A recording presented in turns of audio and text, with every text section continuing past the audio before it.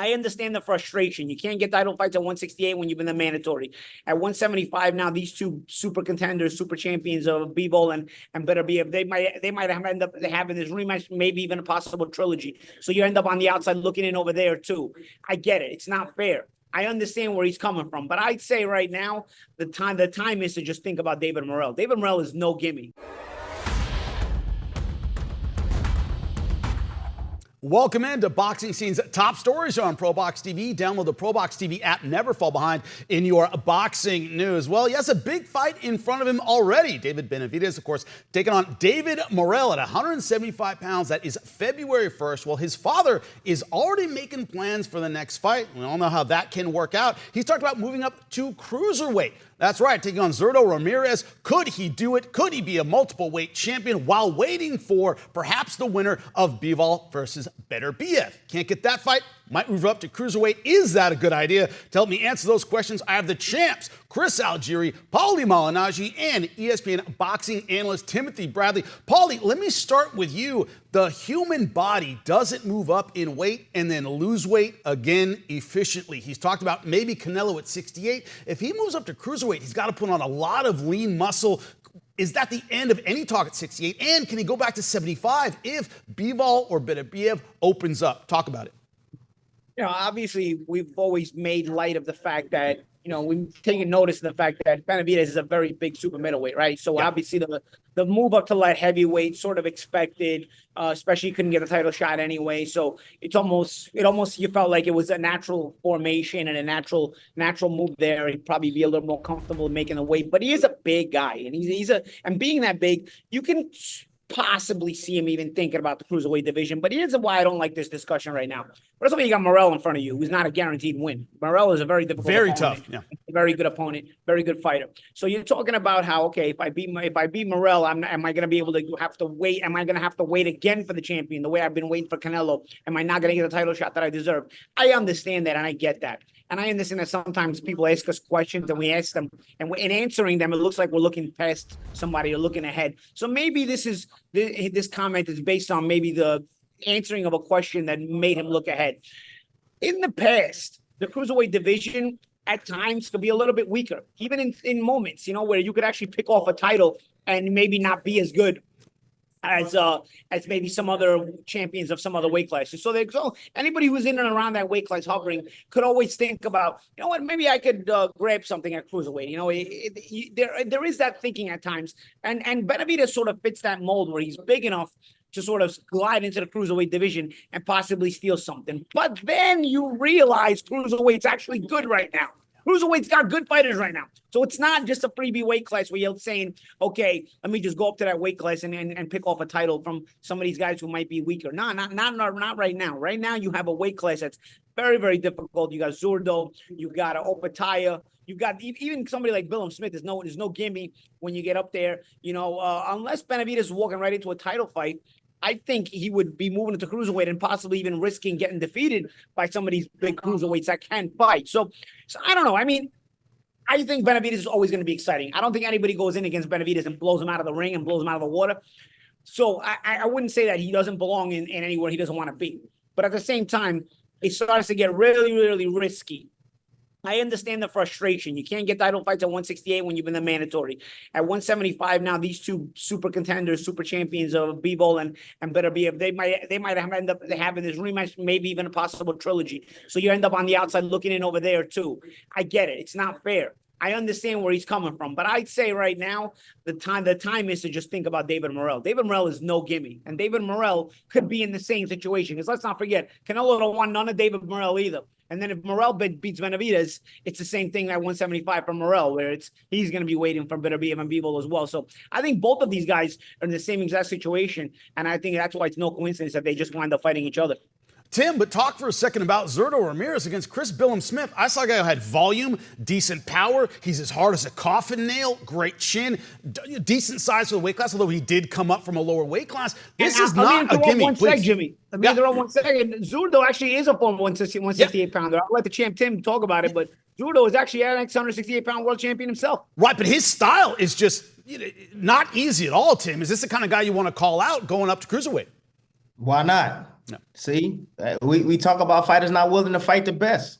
You got a guy like David Benavidez that's willing to step up, even to cruiserweight, to show his greatness.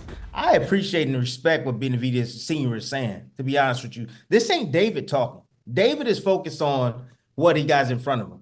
This is dad just talking, hypothetically saying, hey, if we have to, we willing to do that. We've sat down and had a conversation about it. We willing to do that. But, I mean, 175 is going to be challenging as it is. I mean, I didn't like the way David Benavidez looked in the 175 in this outing. I didn't like the way he looked. You know, he got tired after 6 rounds. You know, he was winging the hope with that left hook all the time. I mean, he wasn't as fluent as he was at 168 pounds. And his punching power is somewhat depleted, I would say, at 175 pounds. He's not thumping like he was at 168 when he was a lot bigger than these guys. So going up to cruiserweight and not having those thumpers, right?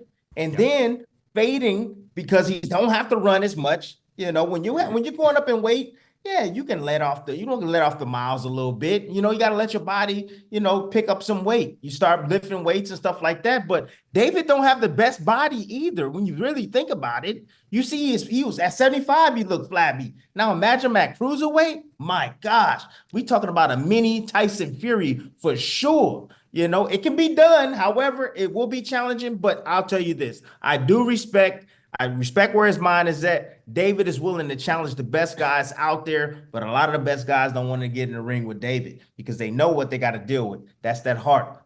That man got heart, and he also got skills, and he gonna bring it every single time. Chris, let's talk to you.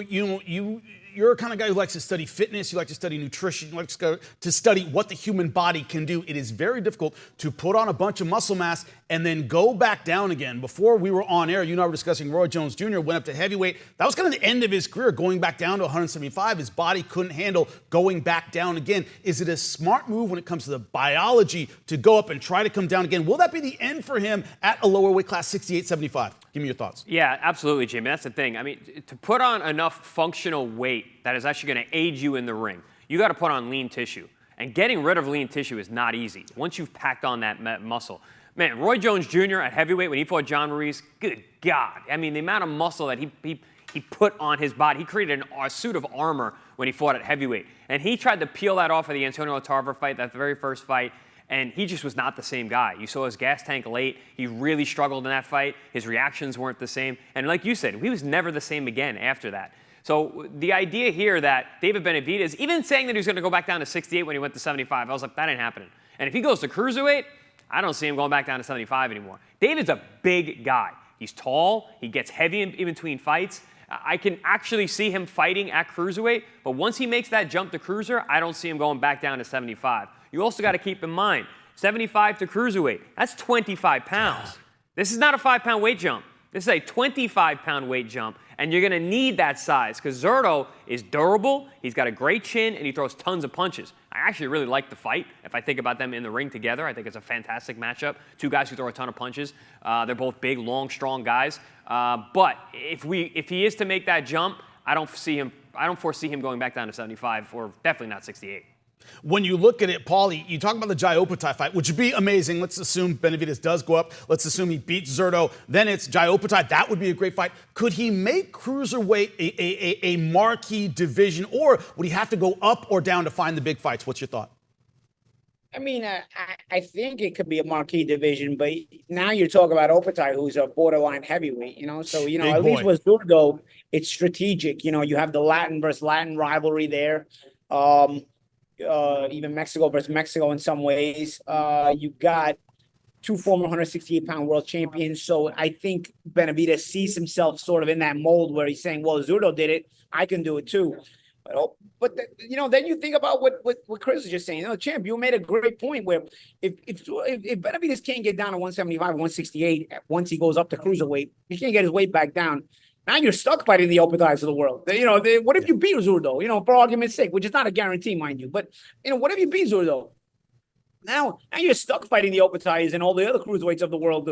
It is now there's nowhere else to go. You know, so you can put yourself sort of pigeonhole yourself in that way too. If you wind up going in this direction. I'll say something to keep in mind. I would never push back on Chris on this kind of stuff because he knows way more than me. Maybe what Roy's struggles were because of his age as well. Could Benavidez possibly get back down to 175 and get himself even if he gets to cruiserweight because he's younger and his body could take that? What do you think?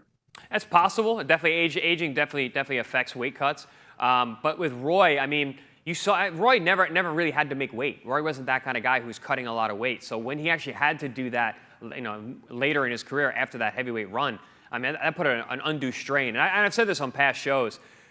Certain body types and certain styles are affected by weight cuts more than others. The more athletic, explosive guys, cutting weight bothers them a lot more. If you're like a bruiser or a kind of guy, almost like a David Benavidez, honestly, being weight drained and then getting it back after the weigh-in is not as detrimental to someone who's going to be using reactions and has that twitchy muscle fiber the way that a Roy Jones does. So in that case, like body type-wise, maybe it's possible for him to do it, but 25 pounds is a lot of weight, man. That's it's a tall task. Not saying it's impossible. David's obviously very, very disciplined. He gets himself down in weight. But to pack that weight on, putting on muscle that you're going to need for the cruiserweight division, and then try to peel that back to get down to 75, doesn't make a whole lot of sense. Man, I ain't seen a whole lot of muscle in David Benavidez. Well, but my point is he's going to have to put on muscle. He's going to have to put on muscle if he's going to fight a cruiserweight. Especially Zurdo. Man. Well, both of them. Tim, they're both like that. Zurdo is also a little bit of a flabby guy. I know. He's like a skinny-armed, flabby around the midsection. But being 27, right?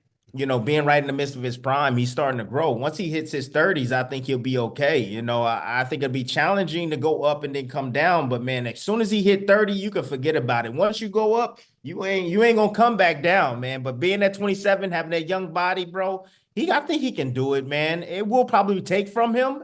No doubt it will take from him. But I think it's possible still at 27 years old. Hell yeah. We say, can he do it or can he not do it? But is the juice worth the squeeze? Is it worth it? Yeah, but also does it make sense right now? I don't know. I think there's a lot of work for him to do at 75. I know they're chomping at the bit.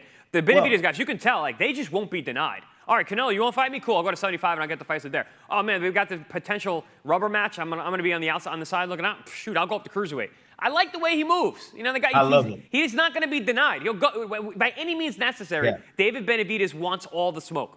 Yes. Well, you talk about it all the time, Chris. The fighters that want the smoke are the most interesting ones, regardless of weight class. And Benavidez, with his dad calling out cruiserweight, essentially saying, we want all the smoke. It's a great message. But remember, there's a fight with David Morrell February 1st. If he doesn't get past that, this is all smoke and mirrors. We have a big fight December 7th right here. ProBox TV, Ireland versus Ireland in Ireland. Local pride on the line. Don't miss it.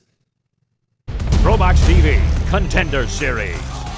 On December 7th, look for an all-out Irish war as Dylan the Real Deal Moran battles Tyrone the Mighty Celt McKenna at the top of a stacked ProBox-worthy card.